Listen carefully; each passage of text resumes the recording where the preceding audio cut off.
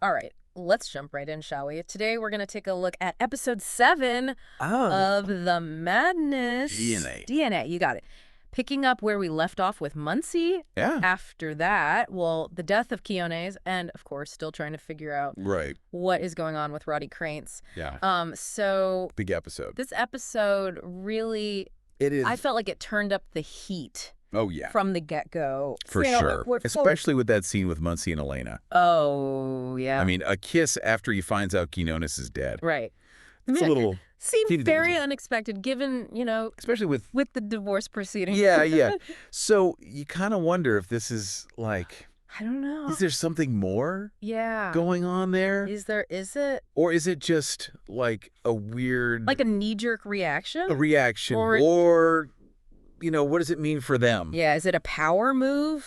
Yeah. What's going on? Could it be like a tactical thing on Muncie's part? Maybe like to keep her close or... Yeah, you never know. And, well, I mean, speaking of kind of manipulation and power moves, right? We finally get a name for the big bad. Finally.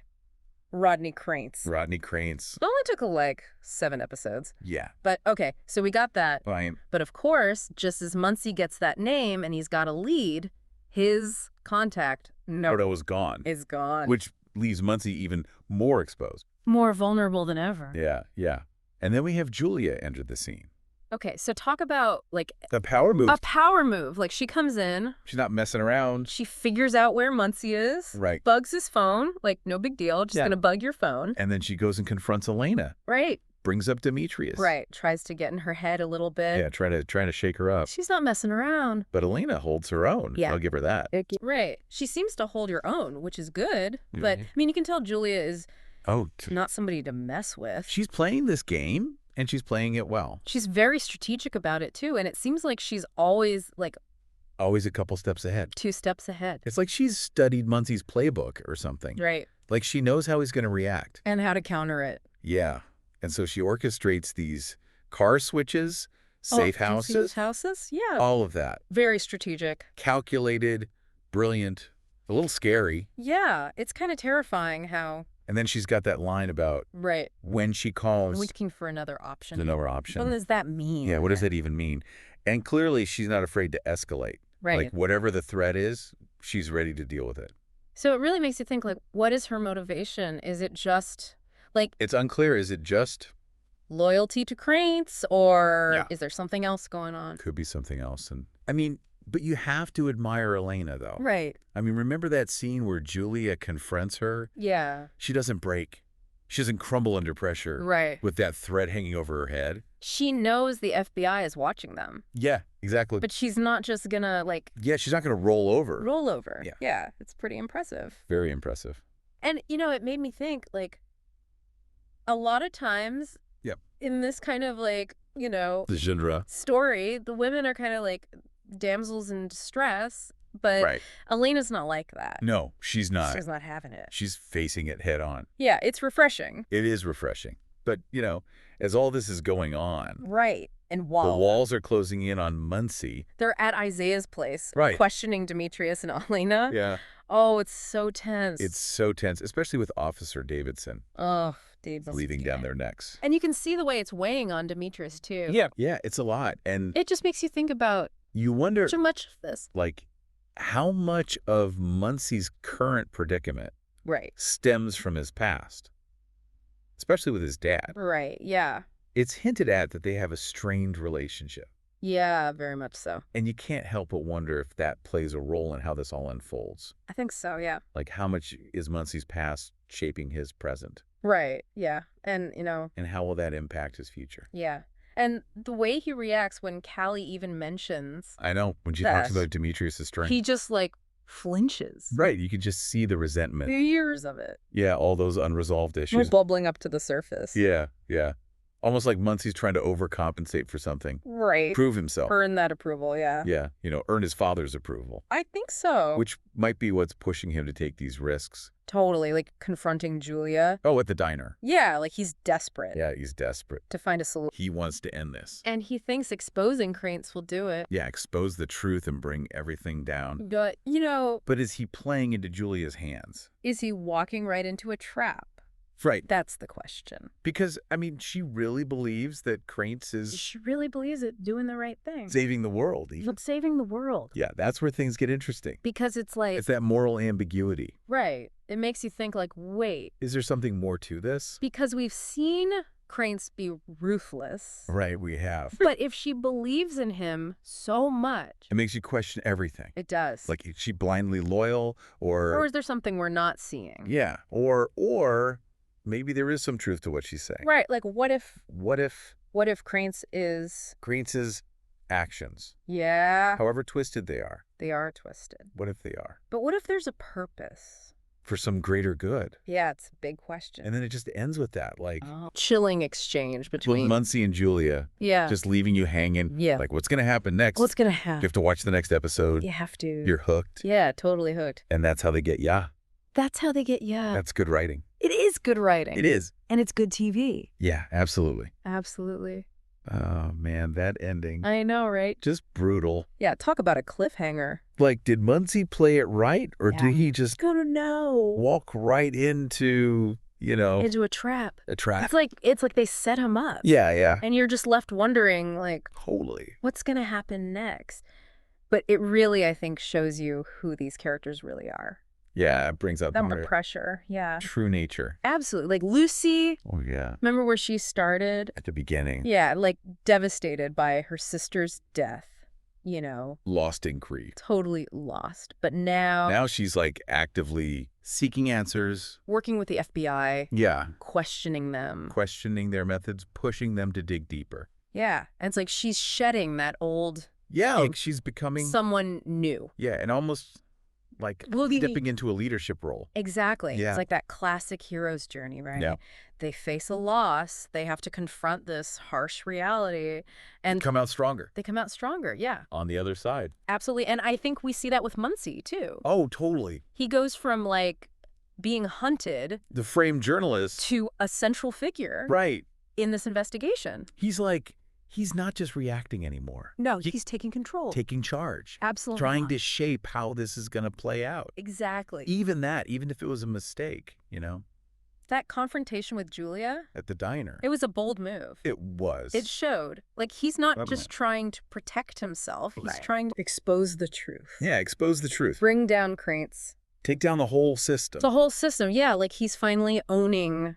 like that responsibility. The responsibility a journalist. A journalist, yeah, like a seeker of the truth. Right, exactly. But it doesn't erase his past, right? No, and I think that scene with Callie really highlights that. Oh, with his dad. Yeah, when she talks about Demetrius's strength. You can practically see Muncie, like, recoil. Yeah, you can see the years of... resentment. Yeah, resentment, like unresolved issues. All coming to the surface. And it makes you wonder if all of this, like Muncie's recklessness... yeah, his need to control. His need for control. If it all comes back to... is it because he's still trying to... earn his dad's approval. Earn his dad's approval, yeah. Like, he's never felt good enough. Right.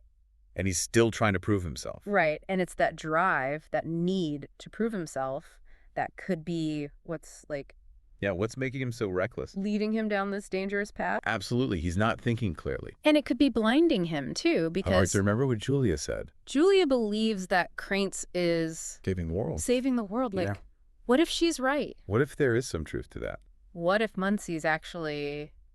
what if he's the one? Putting people at risk. That's what's so brilliant about this episode, It makes you think. It makes you think, yeah. Like, are we sure we're rooting for the right person? Right.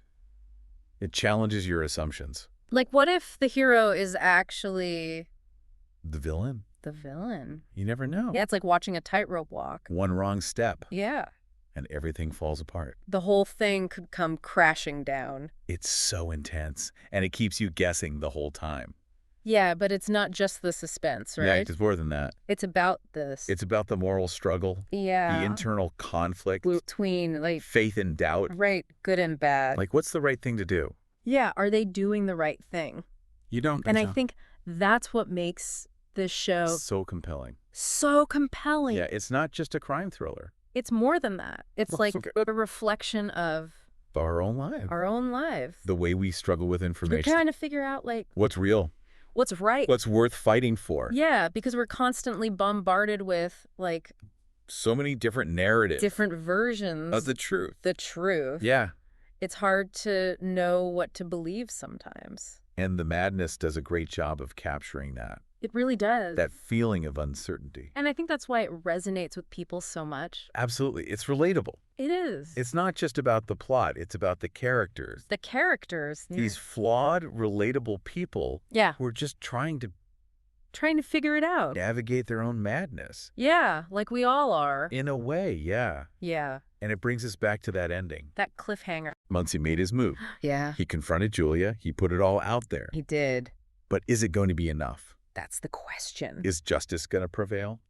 Or will he get swallowed up by the madness? I mean, talk about a heavy episode. It really is. You're just like sitting there on the edge of your seat, wondering like, is this it? Is he going to make it? Is it all going to like blow up in his face? And I think that's the power of the show. Power of the show, yeah. It pulls you in. It makes you feel like you're right there with them. You're invested. Yeah, and it doesn't, It doesn't give you any easy answers. Yeah. Not just like black and white, good versus evil. Right. It's not like, oh, here's the good guy, here's the bad guy. Yeah. It's more complicated than that. It really makes you think about like... Yeah, like what is justice? What is justice? How far would you go to get it? Yeah, like look at Muncie and Lucy. Right. They both started out, wanting revenge. Wanting answers. Yeah, for their loved ones. Yeah. But now it's bigger than that. Yeah, they're in way over their heads. Right, they're caught up in something much bigger.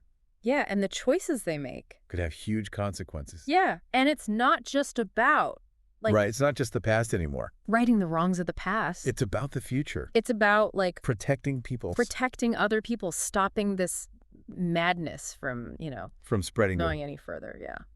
It's interesting how their paths kind of mirror each other. Yeah. Even though their motivations are different. It's true. They both experience this, like betrayal. Loss, isolation. Yeah, they're both kind of alone in this. But they keep going. It's like it fuels their determination. They don't give up. No, they keep fighting. Even when it feels like everyone's against them. Yeah, everyone's against them. And maybe they're finding strength in that. Yeah. Like they're not physically together for most of it. Right, but they're both wrestling with these huge moral dilemmas. Trying to figure out how to, how to fight back. Fight back without becoming the very thing they're fighting against. Right, without becoming monsters themselves. Yeah, do you think they'll be able to do it? I don't know, it's hard to say. Like, can they come out of this? Okay. Will they be scarred? Or will they be forever changed? Yeah, that's the question that stays with you after the episode ends. Like, are they going to succumb to the pressure? Right. Are they going to fight fire with fire? Yeah. Or will they find a way to rise above? To stay true to themselves. To their principles. Yeah. The show doesn't give you a clear answer. Which is frustrating. But it's also what makes it so good. It makes you think. It makes you think about your own life. Yeah, your own choices. Yeah, like how would you handle this situation? Right, where do you draw the line? What would you be willing to do? Yeah, because we all face those moments. Absolutely. Where the lines get blurry. Between right and wrong. Good and bad. And sometimes the biggest battle is within ourselves. It's true, that madness that they keep talking about. It's not just a plot device. It's more than that. It's a metaphor. For the chaos we all experience. Right, the uncertainty, the doubt. Exactly, and it's through these characters that we can explore these themes. In a safe way, almost, right? In a way, yeah. Like, it's a fictional story. We can kinda... But it reflects real life. Yeah, grapple with these big questions. Absolutely, and I think that's what makes it so powerful. Well, this episode has certainly been... a roller coaster. A roller coaster of emotions. Twists and turns. It's made me question everything. Yeah, like who are the good guys? Right, who are the bad guys? You don't even know anymore. And that's, I think, it's a sign of good storytelling. It's good storytelling. And it stays with you. After it's over. Yeah, you keep thinking about it. You keep thinking about it. And you start to examine your own beliefs. If you haven't seen The Madness yet, you gotta check it out. You really should. It's more than just entertainment. It's like It's an exploration of the human psyche. Yeah. What happens when people are pushed to their limits? And you might even learn something about yourself. Yeah, you never know. In the process. It's a journey. It is. A journey into madness. Well, as we wrap up this deep dive, I'm feeling a lot of things. Not bad. A little bit of anxiety, a little bit of hope. Yeah. I think there's always hope. Yeah, Muncie and Lucy's fight is far from over. It's just getting started. And I'm really curious to see where they go from here. Me too. And to everyone listening, yeah, keep asking questions. keep digging. Don't take anything at face value. Don't be afraid to. Challenge the narrative. Challenge the narratives. And most importantly, find your own truth. Find your own truth, yeah. So, until next time, keep diving deep. Keep diving deep.